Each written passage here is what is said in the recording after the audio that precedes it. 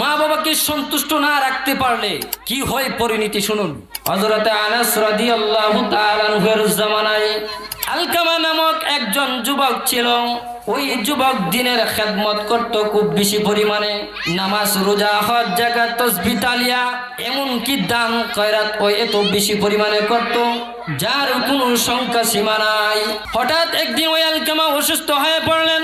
তার স্ত্রী একজন মহিলাকে পাঠাইলেন, যাও আল্লাহর নবীর কাছে গিয়ে সংবাদ বলো যে আমার স্বামী অসুস্থ।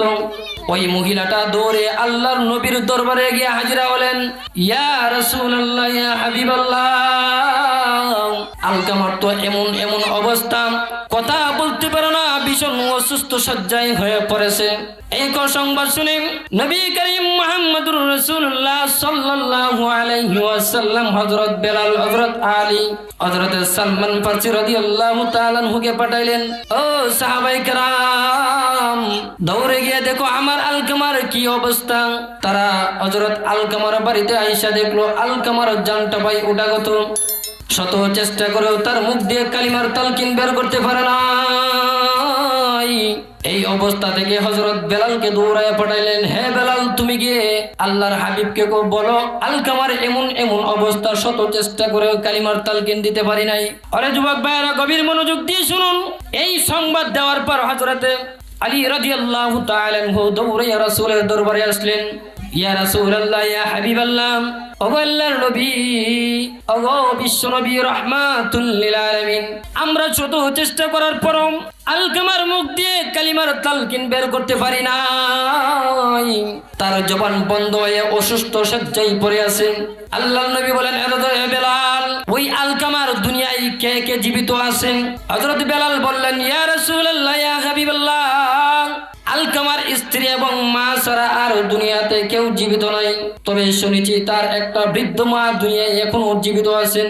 আল্লাহর নবী বলেন, বেলাল, দৌড়িয়ে ওই বৃদ্ধ মাকে বলো যদি সম্ভব হয় সে যেন আমার কাছে আসে, আর যদি সম্ভব না হয় আমি রাসূল স্বয়ং তার কাছে গিয়ে হাজিরা হব।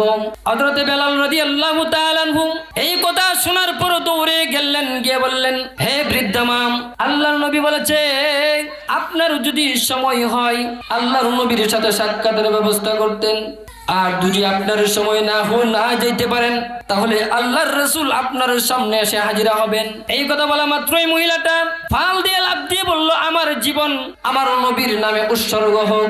লাঠিতে ভর করে বললেন, ঠিক আছে, নিয়ে চলো আমাকে, আমি আল্লাহর নবীর সামনে হাজিরা হব।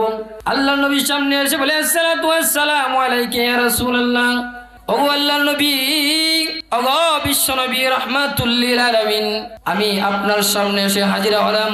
এবার আল্লাহর নবী বলেন, হে বৃদ্ধ মা, আমি তোমাকে কয়েকটা প্রশ্ন করব, সঠিক সঠিক উত্তর দিবা।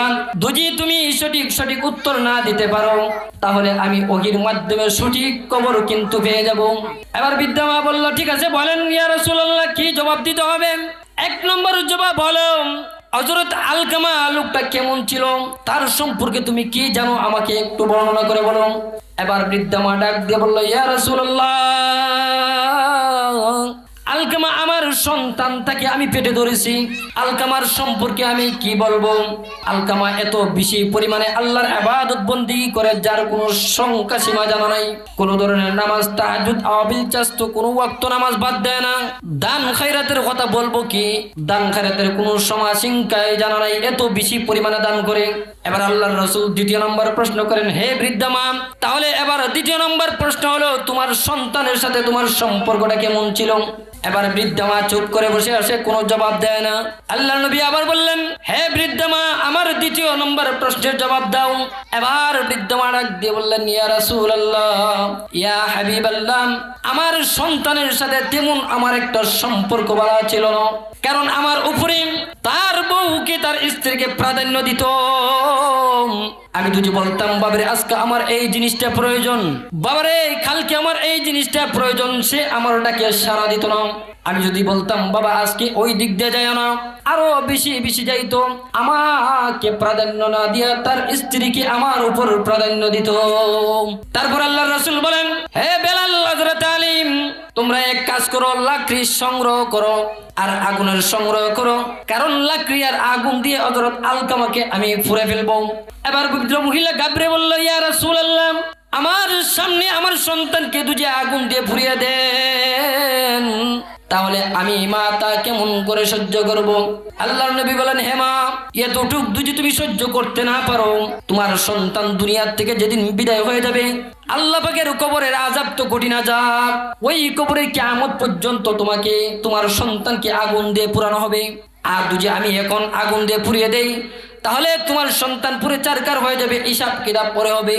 এই কথা শোনার পর মহিলাটা ডাক দিয়ে বলে, ইয়া রাসূলুল্লাহ, ইয়া হাবিবাল্লাহ, আমি আমার সন্তানকে আমার মন থেকে মাফ করে দিয়েছি। আমার সন্তানের প্রতি আমার যে বদদুয়া ছিল, আমি ওই বদদুয়া দূর করে দিয়ে আমার সন্তানকে মাফ করে দিয়েছি।